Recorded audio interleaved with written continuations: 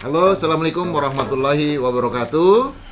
Sobat Warta Kota, jumpa lagi dalam program wawancara khusus. Kali ini saya akan mewawancarai Bapak Sony Sumarsono. Beliau adalah mantan Direktur Jenderal Otonomi Daerah Kementerian Dalam Negeri dan 3 kali menjadi penjabat gubernur ya di Sulawesi Utara, kemudian di Sulawesi Selatan, dan juga di Provinsi DKI Jakarta. Ini 3 provinsi yang dalam tanda petik bisa dikatakan sebagai provinsi yang seksi, yang panas. Ya, tentu beliau punya pengalaman karena kita tahu bahwa mulai tanggal 15 Mei besok akan ada penunjukan penjabat kepala daerah. Nah, ini sampai tahun 2022 sampai tahun 2023 ini akan ada 271 kepala daerah, ya baik gubernur, wali kota maupun bupati yang akan habis masa jabatannya, dan itu artinya akan ada penjabat kepala daerah yang untuk melanjutkan ke pemerintahan. Ya. Pak Sony, Assalamualaikum Pak Sony. Waalaikumsalam warahmatullahi wabarakatuh. Mungkin bisa jelaskan, Bapak ini kan termasuk orang yang langka Pak, karena menjadi penjabat di 3 provinsi ya, penjabat gubernur di 3 provinsi yang daerah seksi daerah seksi ya. Dan kemudian menjadi Dirjen Otonomi Daerah. Nah tadi Pak Dirjen sekarang mengakui dirjennya tetap Bapak. Nah beliau hanya menggantikan. Nah kira-kira mungkin bisa ceritakan bagaimana pengalaman ketika menjadi penjabat kepala daerah Pak. Baik, terima kasih Pak Prapto sebagai teman saya untuk berbincang-bincang pada sore hari ini di Tribun dan Warta Kota ya. Yang jelas untuk menjadi seorang penjabat kepala daerah khususnya gubernur itu beda dengan menjadi pejabat bupati wali kota. Setidaknya dari prosedur ya, paling tidak itu maupun persyaratannya. Kalau menjadi pejabat gubernur itu kewenangan penuh prerogatifnya Presiden Republik Indonesia. Dalam hal ini Pak Jokowi tentunya. Saya kira syaratnya itu harus pejabat eselon 1, istilah sekarang jabatan pimpinan madya. Kira-kira gitu harusnya. Jabatan pimpinan madya itu bisa sekjen, bisa dirjen, bahkan bisa sekda provinsi juga bisa menjadi pejabat gubernur. Yang penting adalah jabatan pimpinan madya. Pertanyaannya, apakah itu PNS atau non PNS? Tergantung. Jabatan pimpinan madya menurut Undang-Undang Nomor 5 tahun 2014 tentang ASN itu bisa terdiri dari PNS atau P3K. Nah, yang dari swasta ini menjadi eselon 1 masuk dari dari komponen P3K.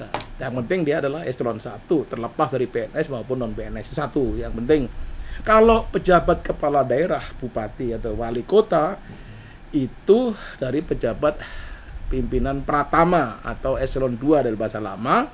Lah itu kemudian diusulkan prosesnya oleh gubernur kepada Menteri Dalam Negeri, yang kemudian diharapkan Mendagri memilih salah satu dari 3 usulan.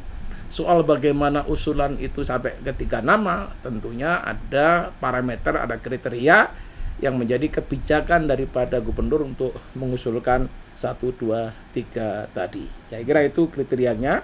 Tapi kalau gubernur yang mengusulkan Mendagri 1, 2, 3 kepada Bapak Presiden. Soal pertimbangannya Pak Presiden memilih 1 atau 2 atau 3 itu prerogatif beliau setelah mendengarkan pertimbangan beberapa menteri terkait, saya kira gitu. Pak Sony, nanti kita akan bicara tentang kemungkinan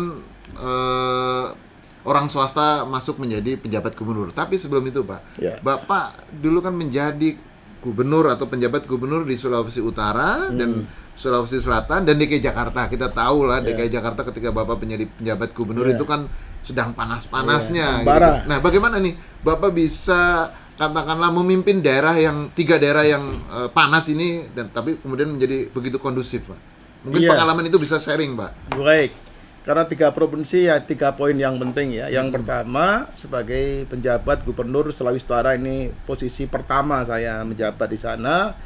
Memang pengalaman yang utama ketika saya sebagai seorang muslim nih istilahnya. Di daerah Sulawesi Utara kan semua Kristiani, luar biasa. Dan saya juga belum akrab dan belum punya kenalan yang akrab di sana. Saya juga gimana nanti, apalagi yang kita gantikan namanya almarhum Pak Sarundayang yang juga di sana dikenal sangat hebat. Saya kira semua tahu itu. Jadi jujur saja ketika masuk ya pasti rasa sedikit minder itu pasti ada. Tapi saya harus pede, tinggal bergantung pada bagaimana cara untuk entry point saya. Nah, entry ini nanti menjadi entry point juga bagaimana entry point di Jakarta, bagaimana entry point sebagai PJ Gubernur Sulawesi Selatan, masing-masing berbeda. Nah, untuk Sulawesi Utara, entry point saya pertama kali saya harus memiliki paling tidak kiri kanan advisory, satu advisory yang memang menguasai Sulawesi Utara kebetulan, dan dia juga jurnalis senior Bapak Ferry Rende. Nah, sehingga itulah yang mengkomunikasi saya dengan media, mengakrabkan saya juga dengan gereja ya. Sehingga ya hampir 75% kerjaan saya sebenarnya banyak berhubungan dengan juga gereja, karena mau nggak mau saya bersosialisasi diri. Itu entry point. Yang kedua, saya harus memastikan bahwa program-program Bapak almarhum Sarundayang, gubernur yang hebat 2 periode ini bisa berlanjut, sehingga saya tidak akan membuat program baru yang menyimpang apalagi bertentangan dengan kebijakan gubernur sebelumnya, karena saya menyadari saya sebagai jembatan bahwa pemimpin yang saya gantikan ini nanti harus nyambung dengan pemimpin berikutnya. Jadi sebagai jembatan saya posisikan dulu. Yang berikutnya, entry point saya adalah basis budaya dan ikon-ikon lokal. Apa itu? Sederhana.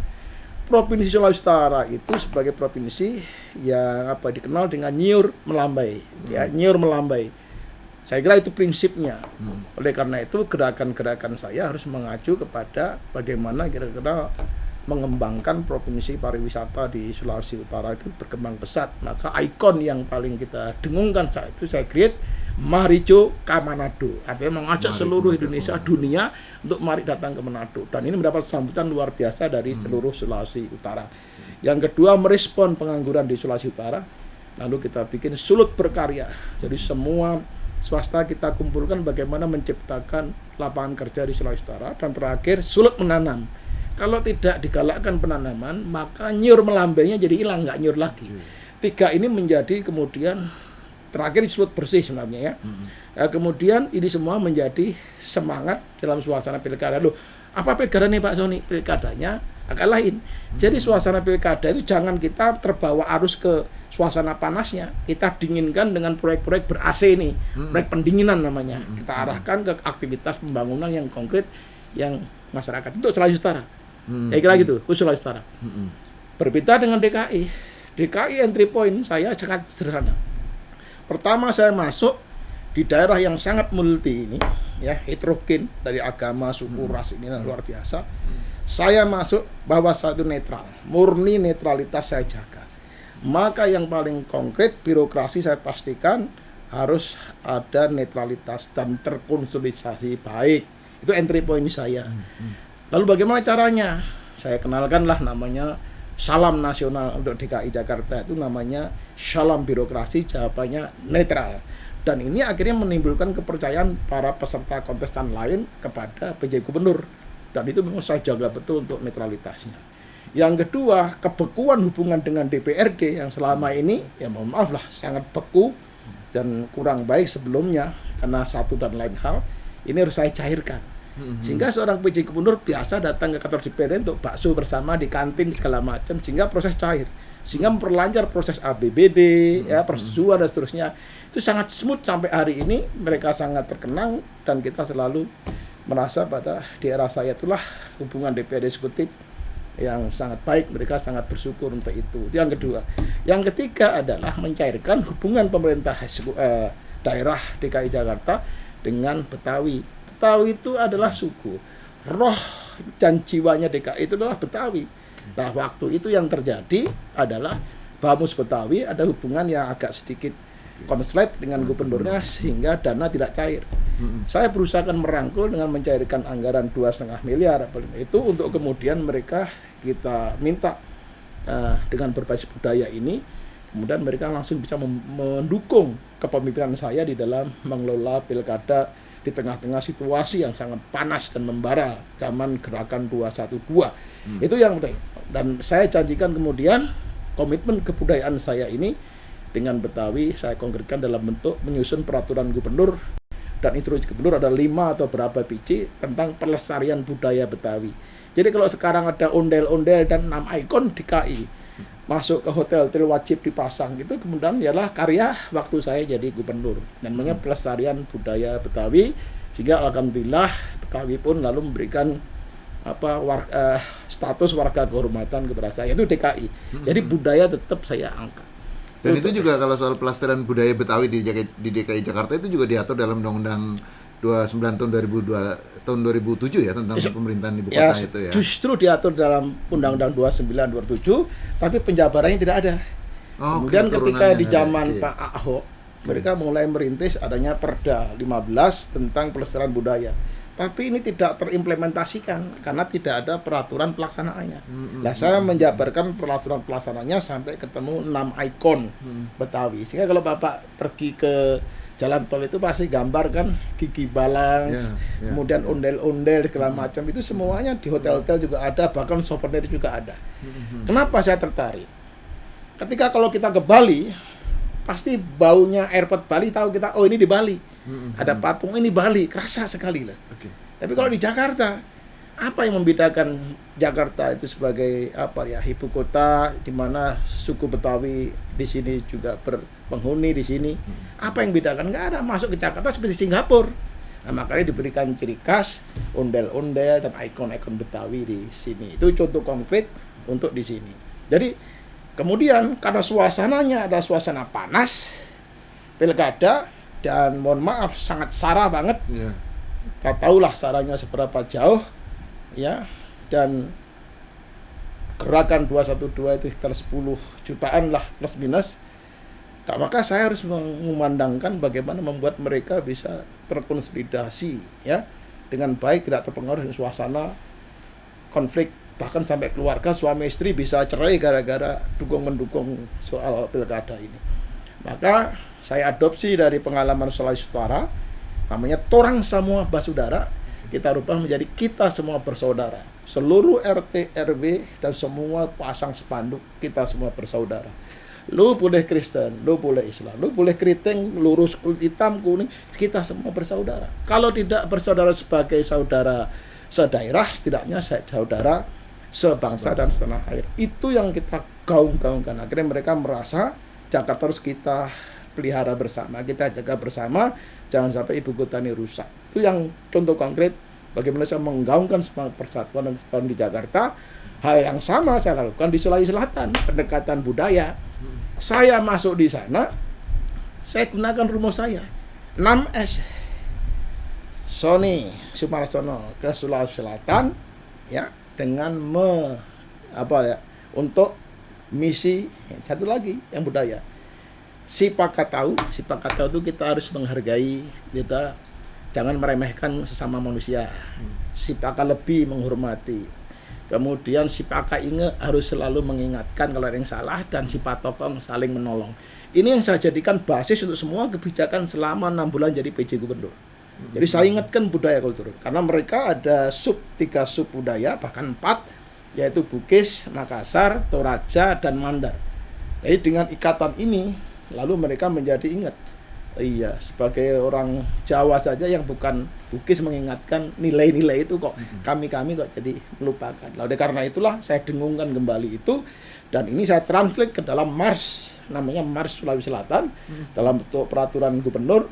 Sekarang sudah seluruh SD, SMP, sekolah ya, bahkan sudah sangat hafal betul menyanyikan lagu Mars Sulawesi Selatan. Intinya adalah spirit mempersatukan ketiga atau keempat sub-suku Sulawesi Selatan menjadi satu ikon Sulawesi Selatan, Mars Sulawesi Selatan. Saya kira itu saya jadikan approach. Yang lain adalah tugas rutin bagaimana melanjutkan kepemimpinan Pak Syahrul Yassin Limpo sebagai gubernur saat itu, untuk melanjutkan. Saya tidak boleh bertentangan dengan gubernur sebelumnya, karena tugas saya itu sebagai jembatan atas gubernur sebelumnya dan menuju ke gubernur berikutnya. Jadi Pak Sony itu menggantikan atau menjadi pejabat di 3 provinsi yang memang gubernurnya itu punya nama cukup kuat di daerah itu ya, Pak Sarundayang, Pak Yassin Limpo, dan di Jakarta Pak Ahok ya. Ada beban beban mental nggak Pak? Ini kan artinya jangan sampai nanti saya gagal nih Ini karena gubernur lama namanya cukup kuat kira-kira gitu. Oke. Jadi sebenarnya bukan beban, lebih pandang sebagai tantangan. Saya harus bisa melebihi gubernur definitif. Setidak-tidaknya kalau jangka 6 bulan ini harus sesuatu yang saya perbuat. Setidak-tidaknya mengimbangi atau jangan sampai di bawah itu. Gimana caranya? Ya ikon-ikon yang tidak dikerjakan atau kurang mendapat perhatian dari gubernur sebelumnya itu yang kemudian saya isi. Sehingga kami bisa bahasa kata ini adalah melengkapi, mengisi kosongan dan melanjutkan. Jadi seperti itu yang kita lakukan. Dan kebetulan alhamdulillah dengan inovasi lapangan saya bisa create berbagai aktivitas seperti itu ya. Jadi supaya bisa mengimbangi, jangan sampai kita beban mental malah kita nggak berbuat apa-apa. Nah, dari 3 pengalaman menjadi penjabat kepala daerah atau menjadi penjabat gubernur, kira-kira yang dibutuhkan figur-figur seperti apa nih? Kriterianya, katakanlah tadi kan berkaitan dengan sosial masyarakat budaya mungkin atau soal membangun birokrasinya atau kemampuan-kemampuan seperti apa yang memang dibutuhkan dalam kondisi. Apalagi ini sampai 2024 akan ada hajatan cukup besar ya terkait dengan politik. Ada 3 hal penting yang harus dimiliki sebagai kompetensi seorang pejabat gubernur. Kalau mengatakan mereka eselon 1 jadi dianggap asumsinya menguasai semua juga belum tentu. Ya, eselon 2 menguasai sebagai pejabat bupati wali kota juga belum tentu. Karena kapasitasnya itu juga lebih multi. Yang pertama, penguasaan di bidang administrasi pemerintahan daerah. Itu mutlak. Padahal pemerintahan daerah itu mulai dari money, material, metode dan seterusnya itu. Jadi mulai masalah kepegawaian, menguasai masalah aset, masalah keuangan, kearsipan, protokoler, itu semua kan menguasai administrasi pemerintahan daerah. Itu yang pertama mutlak. Ya, terutama teman-teman dari kementerian lain yang menjadi pejabat gubernur itu masih harus belajar administrasi pemerintahan ya. Kecuali mereka dari IPDN saya kira sudah terlalu biasa ya, atau dari Depdagri. Kalau dari tempat lain mesti harus ada special briefing untuk mereka, tanpa berarti mengecilkan arti mereka.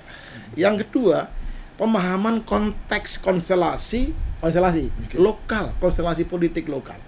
Kalau seorang pejabat gubernur atau pejabat bupati tidak tahu konstelasi politik lokal, dia akan terombang-ambingkan.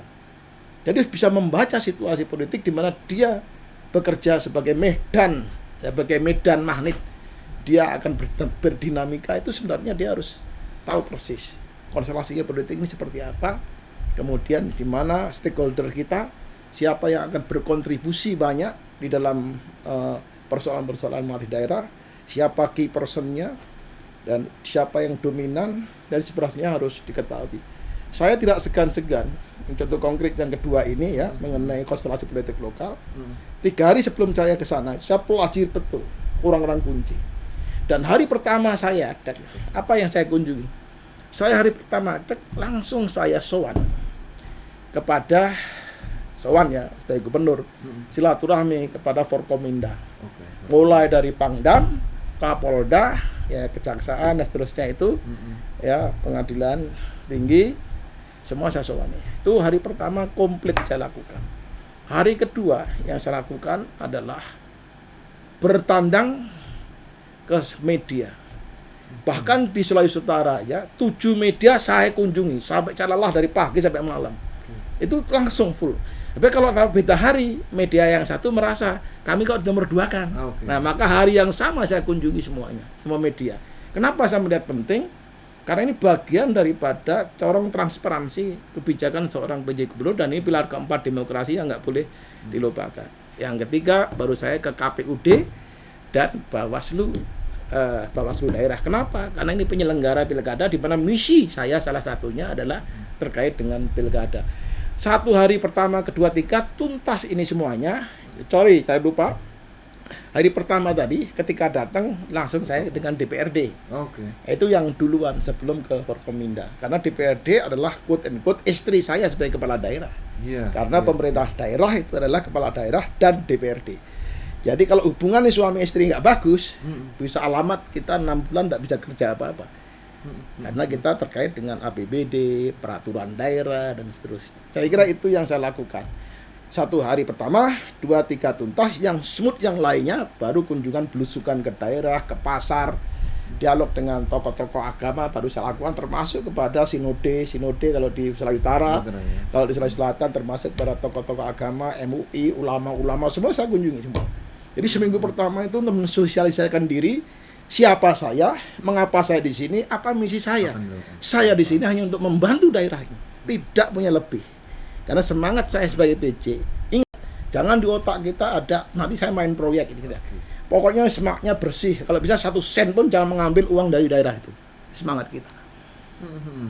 Pak Sony tadi disinggung pertama bahwa untuk penjabat gubernur selain dari katakanlah ASN atau PNS juga memungkinkan dari orang swasta katakan begitu ya. Ini juga menarik karena selama ini yang banyak muncul di pemberitaan itu kan ya penjabat gubernur harus dari PNS atau ASN. Nah, mungkin bisa diperjelas lagi kira-kira apa dasar pemikiran Pak Sony bisa mengungkapkan pendapat tersebut, Pak? Baik. Pertanyaannya bahwa siapa menjadi pejabat gubernur? Adalah jabatan pimpinan madya. Atau eselon 1 bahasa yang lama. Lalu siapakah eselon 1 untuk jabatan pimpinan madya? Menurut Undang-Undang 5 2014 tentang aparatur sipil negara adalah seseorang yang bisa direkrut melalui lelang terbuka dari eselon 2 PNS ataupun dari swasta. Nah, dari swasta ini. Nah, ketika kemudian direkrut lelang dan dia menang dapat SK Presiden, maka dia sebagai eselon 1. Pada syarat gubernur ini, PJ gubernur adalah eselon 1 atau jabatan pimpinan madya. Tanpa memandang dia PNS maupun dari P3K, yang penting dia adalah eselon 1. Sehingga saya katakan, apalagi sekarang ini banyak swasta yang masuk jadi pejabat eselon 1 atau jabatan pimpinan madya. Seperti di kelautan itu. Itu juga banyak, ada 3. Kemudian di KSP apalagi. Dan mereka punya hak karena Kominfo punya SK Presiden. Kominfo juga ada. Sehingga yang mengatakan bahwa jabatan pimpinan pejabat gubernur itu hanya PNS salah. Yang betul adalah pejabat gubernur adalah jabatan pimpinan madya. Dari mana asalnya itu tidak. Artinya polisi maupun tentara memungkinkan juga untuk menjadi kepala daerah. Menurut saya yang jadi gini. Kalau kebijakan Undang-Undang 10 2016 sebenarnya siapapun juga eselon 1. Lah kebetulan eselon 1 ya, yang kebetulan ya, dia berasal dari TNI, Polri, secara regulasi sah dan tidak ada salahnya untuk menjadi pejabat gubernur. Selama dia nonaktif. Nah, itu loh kalau sekarang kebijakannya. Kalau dulu nggak peduli aktif nggak aktif, selama jabatan yang lama itu sementara waktu dilepas karena jabatan dia sebagai pimpinan madya. Contoh di Jawa Barat waktu itu ya, Pak Iwan Bule. Pak Iwan Bule itu menjadi PJ gubernur dari zaman saya.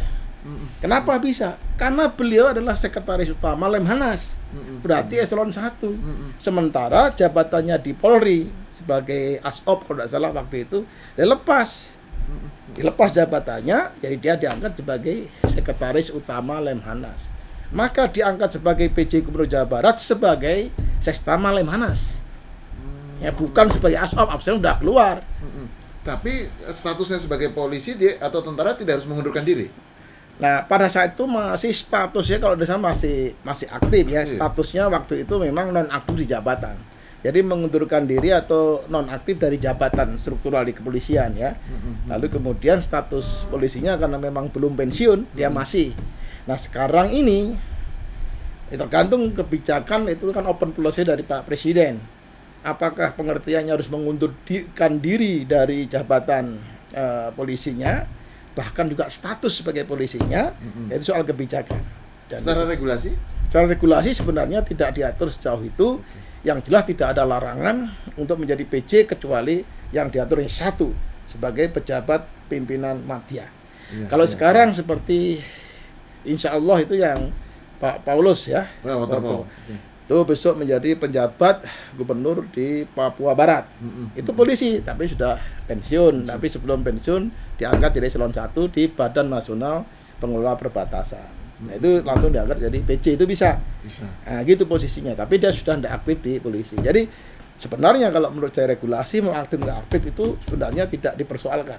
Nah kenapa ini kok nggak begitu jelas? Ya karena regulasi yang ada, baik undang-undang dalam pemerintahan daerah nomor 23 tahun 2014 maupun undang-undang pilkada nomor 10 tahun 2016 itu tidak mengatur detailernya. Nah sehingga bisa multi interpretasi.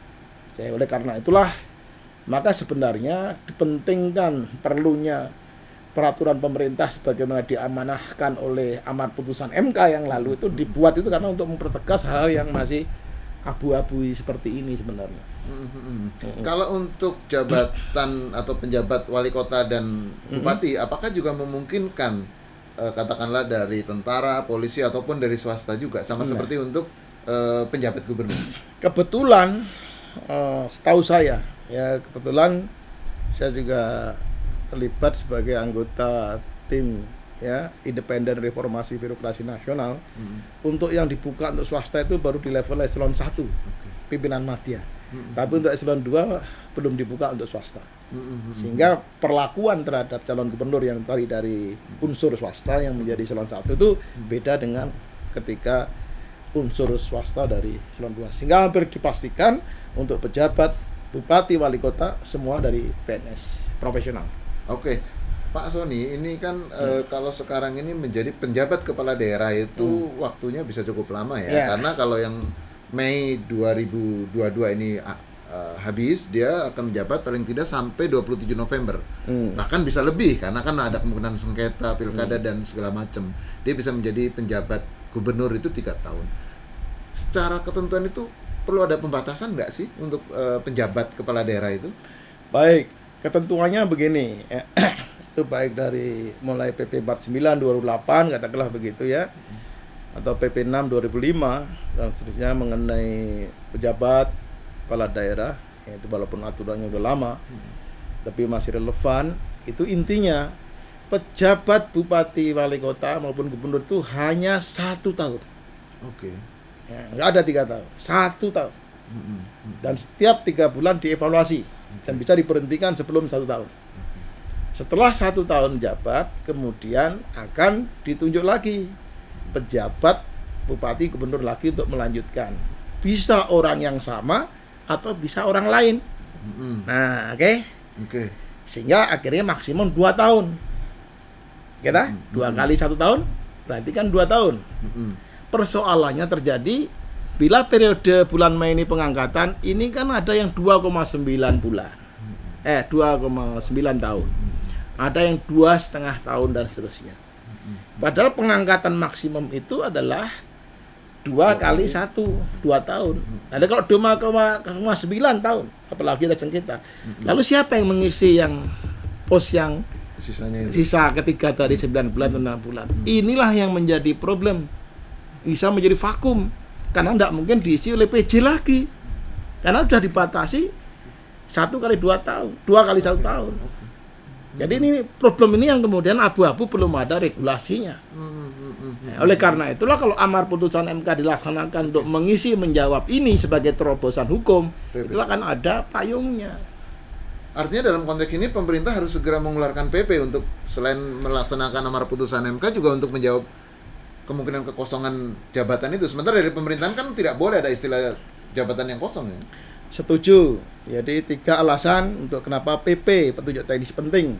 Yang pertama untuk memayungi masalah yang sekarang saya sampaikan tadi. Kalau maksimum 2 tahun, kalau dia 6, lalu sisanya 6 siapa yang menjabat? Jawabannya pasti PLH, pelaksana harian. Sekda. Pelaksana harian tugasnya rutin. Gimana kebijakan-kebijakan menjadi buat? Tidak mungkin. 1 bisa dijembatani dengan PP. Yang kedua taat pada amar putusan MK. Ya dilaksanakanlah petunjuk PP tersebut supaya dilakukan. Nah, yang kemudian yang kedua yang penting itu, yang ketiga ada clear guidance karena masa lama. Kalau saya dulu kan hanya 3 bulan, 6 bulan gitu ya. Clear, kita tahulah tugasnya spesifik dalam SK. Kalau selama 2 tahun, lalu spesifik tugas dan kewenangannya ini yang kemudian perlu ada guideline. Ya, saya kira supaya lebih jelas dan terukur pertanyaannya. Masalah misalnya selama 2,5 tahun menjabat, di mana posisi DPRD? Ya bicara kepada siapa pertanggung jawabannya? Ya, kira betul karena keuangan publik yang dikelola. Ini ingat ini struktural menduduki jabatan politik. Jabatan politik, kalau istilah jabatan politik itu pasti pengertian jabatan politik ya jabatan gubernur dengan DPRD itu posisi politik. Kalau sebagai struktural, sebagai dirjen tidak perlu DPRD terlibat, dia langsung kepada atasannya. Ini persoalannya cross dari 2 tataran, ini eksekutif, ini jabatannya politik. Oleh karena itulah mungkin dengan PP itu bisa masukkan sebenarnya keterlibatan atau peran DPRD di dalam rangka melakukan kontrol terhadap PJ gubernur pelaksana tugas. Sebenarnya itu ini semua kan nggak diatur. Ya khawatirnya kalau terjadi hal-hal di bawah, apalagi konflik dengan DPRD karena satu dan lain hal, ini bisa menimbulkan kemandekan dalam performance sebagai PJ gubernur atau bupati andai kata terjadi. Artinya beberapa isu penting yang perlu diatur dalam PP baru itu selain soal kemungkinan jabatan yang bisa lebih panjang dari ketentuan yang PP yang lama, juga soal hubungan dengan DPRD ya. Mungkin nggak Pak Sony bahwa ini kan ada juga suara-suara bahwa perlu pelibatan publik dalam penunjukan penjabat gubernur, karena itu tadi dia mengelola anggaran publik juga, dan itu juga untuk menghindari kemungkinan kepentingan politik yang begitu dominan ya, karena kan kita tahu lah presiden juga kan dari partai politik kan, menteri dalam negeri juga punya kepentingan politik juga. Harus dibedakan ya antara political elected dan political appointed. Jabatannya memang gubernur, bupati, wali kota jabatan politik, tapi bukan elected. Kalau elected itu pemilu, berarti melalui pilkada, melibatkan dewan, proses seleksi segala macam, itu dilakukan. Itu kalau pemilihan kepala daerah definitif. Kalau ini adalah political appointed, ditunjuk. Nah, ditunjuk itu berarti konsepnya adalah delegasi atau penugasan dari yang punya kuasa. Kekuasaan pemerintahan tertinggi dan penanggung jawab terakhir pemerintahan menurut Undang-Undang Dasar Pasal 1 ada pada presiden. Sehingga delegasi kepada presiden itu delegasi kepada si A, si B, murni. Sama dengan seorang pemimpin redaksi mendelegasikan kepada staf redaksi. Kan nggak perlu konsultasi ke tetangga sebelah. Demokrasi sebaiknya siapa? Itu kan memang kewenangan beliau untuk mendelegasikan kepada Pak Prapto misalnya untuk kesana kesini. Sama dengan ini. Jadi kewenangan penuh presiden. Pejabat tinggi media seperti eselon 1 itu pun dia ada panselnya. Nah, kalau prosesnya itu baru prinsip ya, prinsip antara elected dan appointed. Oke ya. Sekarang mekanisme proses. Tentu Pak Presiden dalam menunjuk PJ gubernur itu memiliki pasti pertimbangan karena ada kriteria dan seterusnya, tidak sembarangan lah. Dari 3 usulan yang disampaikan Mendagri, bahkan sampai dari level Mendagri pasti sudah diberikan pertimbangan dan kriteria. Salah satu kriterianya yang misalkan track recordnya baik, memiliki kompetensi pemerintahan, itu kan pasti semua menjadi pertimbangan ya. Menjabat pimpinan media dan lain-lain, masuk acceptability pun pasti menjadi pertimbangan sebelum sampai kepada meja presiden. Saya kira itu pasti ya, kriteria itu pasti akan dan disampaikan. Dan ini sebenarnya sekali lagi menjadi kewenangan Pak Presiden. Tadi pertanyaannya apa yang belum saya jawab ya? Yang artinya gini, ketika proses seleksi ini memang yang memutuskan presiden untuk gubernur dan Mendagri untuk wali kota dan bupati. Tetapi prosesnya itu mungkin nggak proses penyeleksiannya itu terlibat. Paham. Jadi mereka sebelum sampai ke presiden itu Pak Mendagri sudah mengkoordinasikan keterlibatan kementerian lain terkait. Contoh dia panggillah BKN karena ini ASN. Dia track recordnya si A bagaimana? Oh ada nggak cacat? Dia jangan-jangan mantan koruptor misalkan itu. Kemudian Pan RB pasti juga terlibat, bahkan mungkin Kumham dan seterusnya, bahkan kalau perlu KPK, PPKTK kalau perlu. Jadi kita lihat betul-betul ini ada proses. Saya tidak menamakan pansel, ini semacam tim ya, yang membahas bersama dari 3 itu siapa yang layak untuk diusulkan. Kemungkinan juga berdasarkan tim ini ada pertimbangan-pertimbangan, suara dari bawah.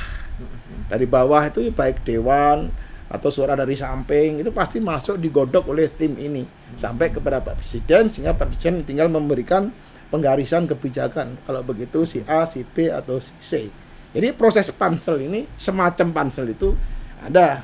Saya kira demikian juga ketika pejabat bupati wali kota pasti Mendagri akan memperhatikan usulan dari gubernur urut 1, 2, 3 pasti, karena ingin membangun komunikasi yang baik antara Mendagri pusat dengan daerah. Ya, kalau gubernurnya mengendaki si A nomor 1 dan itu kepilih ya itu akan menjadi pertimbangan utama walaupun itu tidak mutlak. Pasti Mendagri punya kriteria lalu dibahas bersama lintas komponen eselon 1 di Kemendagri. kira-kira ada nggak calon bupati ini yang cacat secara hukum, cacat secara performa, misalkan begitu. Jangan sampai dipilih pejabat yang kebetulan ketahuan belakangan dia narkoba. Seperti itulah kira-kira gitu. Pak Sony, ini mungkin nggak kalau dulu kan memang karena kan tantangannya cukup berat. Monggo sambil Minum dulu ya. Mas Sony. Aduh, sampai dingin ini. Oke, kita ngobrol boleh isu-isu yang panas tapi tetap Harus dingin. Kan, Minimal kopinya jadi dingin.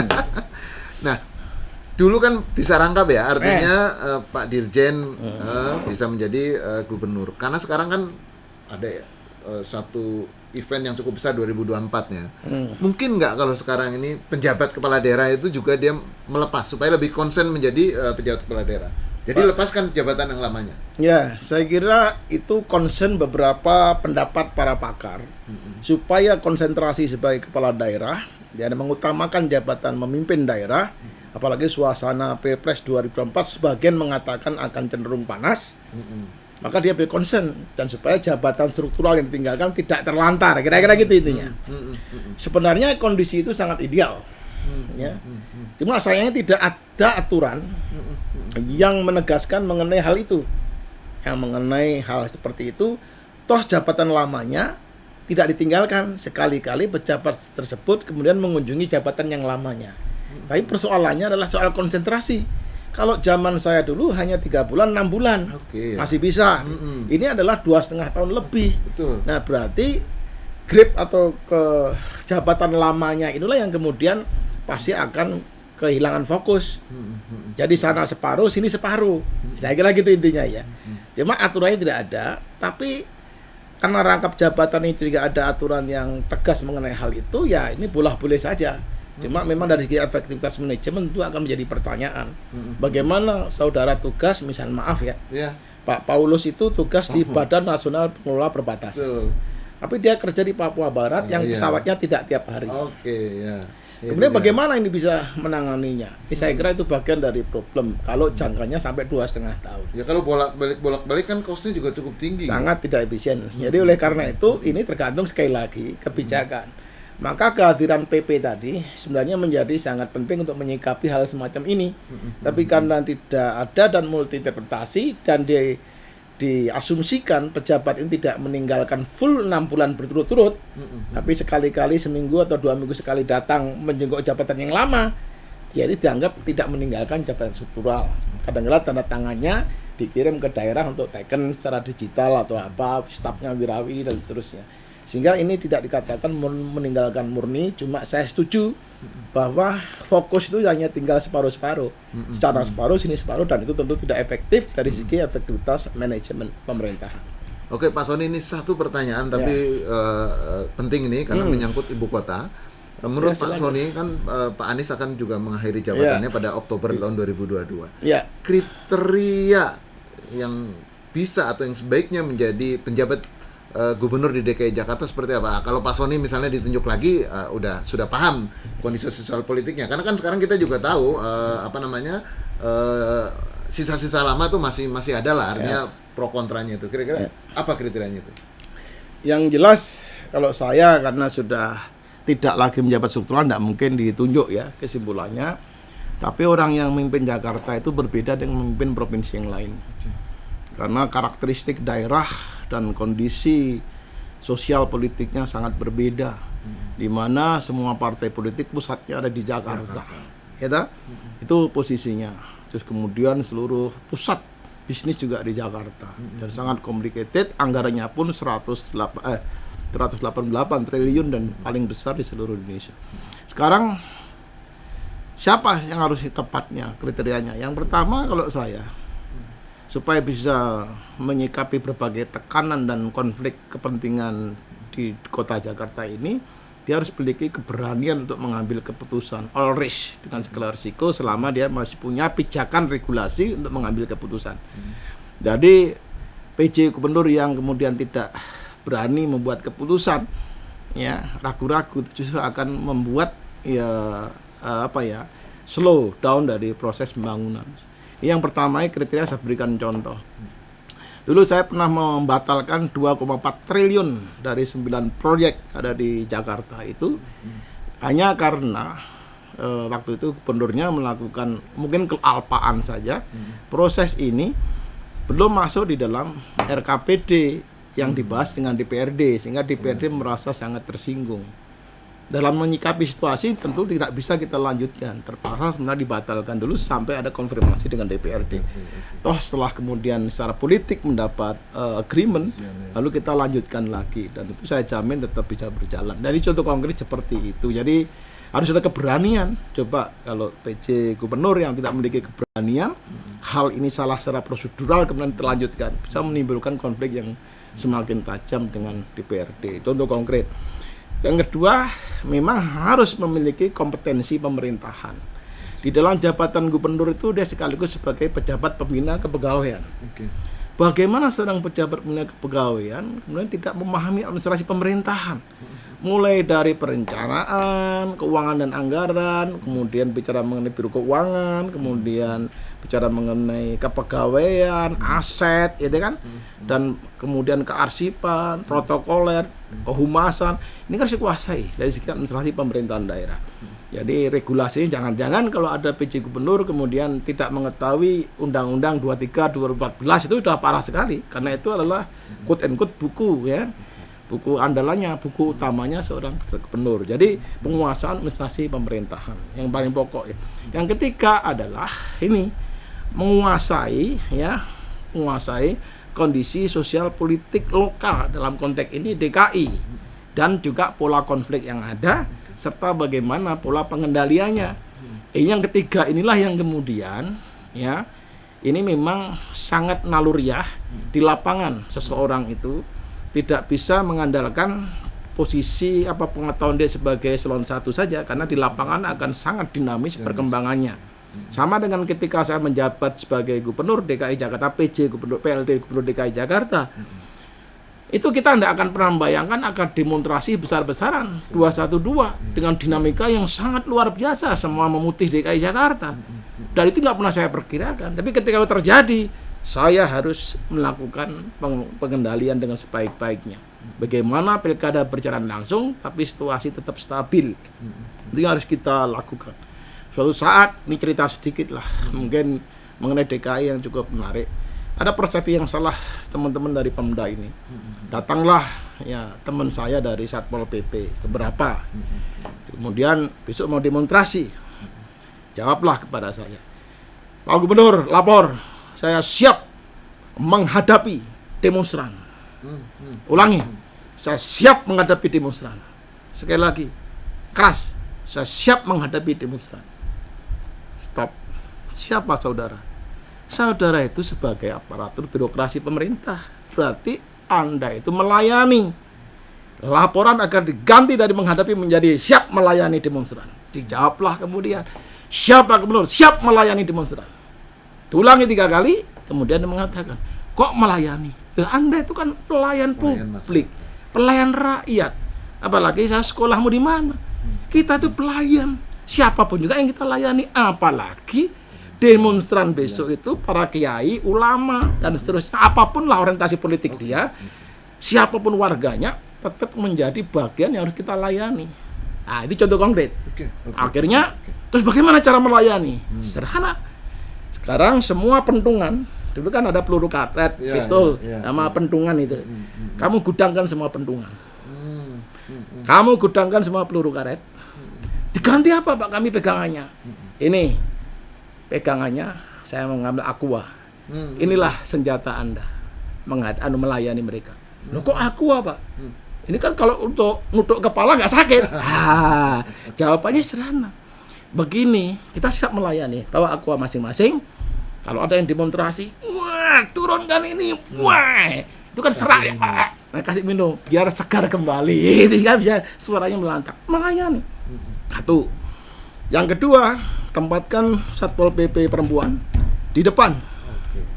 Loh, aku jangan Pak, kasihan mereka. Biasanya kami laki-laki yang kumisnya tebal.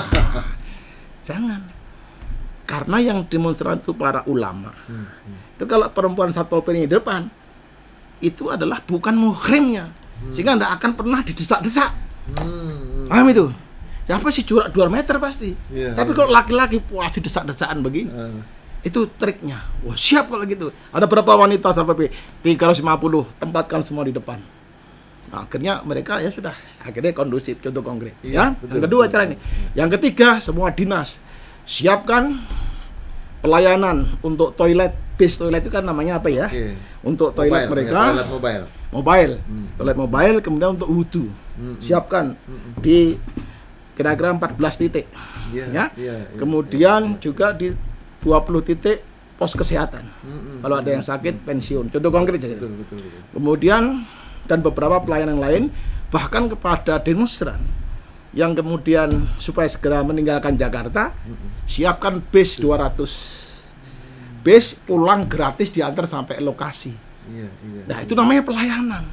Sehingga mereka tidak sampai 1 minggu di Jakarta, padat, kita repot. Iya, Akhirnya iya, iya, selesai sore bis gratis ke daerah masing-masing.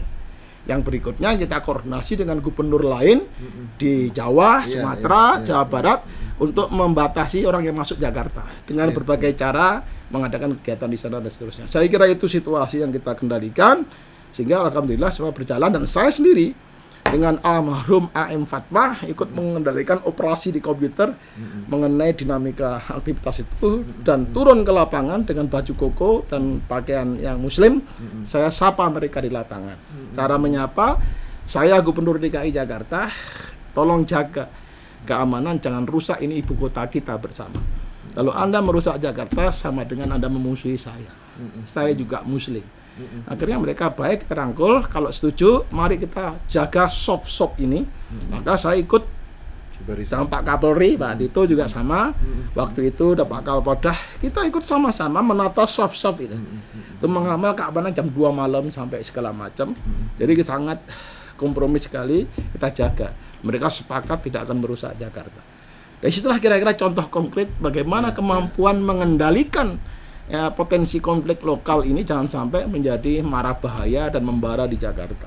Saya kira itu contoh kasus saja yang saya lakukan, dan ilmu ini memang tidak ada secara spesifik dan tidak pernah saya bayangkan saya akan menghadapi situasi seperti ini, dan akhirnya ya selamat. Soal siapa yang terpilih ya itu kan bukan urusan saya, itu publik lah yang pilih. Yang jelas saya sudah melaksanakan amanah dengan sebaik-baiknya sebagai PLT Gubernur DKI Jakarta 2 periode. Periode 1 masuk lagi, periode 2 masih saya. Iya, iya. Tapi dalam bayangan Pak Sony udah ada orangnya nggak yang memenuhi kriteria tadi disebutkan? Nah, itu yang kedua, Pak ya. Ketika konstelasi ya. Saya kira sudah, sebenarnya saya tidak dalam posisi untuk mengatakan ada orang tidaknya, tapi mencari seorang itu memang perlu searching. Yang jelas searchingnya tidak harus dibatasi dari dalam negeri, tapi juga bisa cari orang dari kementerian lain, bahkan di dalam istana juga toh bisa dicari siapapun juga yang kira-kira tepat di sana. Tapi orang itu harus menguasai DKI, apalagi pemerintahan DKI Jakarta. Saya kira itu memang harus dicari orang yang memang gitu. Kalau perlu cari orang juga yang mantan dari DKI Jakarta kan gitu kira-kira. Oke. Demikian Sobat Warta Kota, jadi kriteria siapa yang akan menjadi penjabat Gubernur DKI sudah dibocorkan oleh Pak Sony. Kira-kira siapa yang pas ya, tapi semuanya kan kembali kepada Pak Presiden ya, kira-kira begitu. Ya. Terima kasih Pak Sony sudah berkenan untuk bincang-bincang, untuk ngobrol-ngobrol seputar wawancara khusus dengan Warta Kota, dan mudah-mudahan bermanfaat buat para pembaca semuanya. Saya akhiri, wabillahi taufiq wal hidayah. Assalamualaikum warahmatullahi wabarakatuh. Waalaikumsalam warahmatullahi wabarakatuh.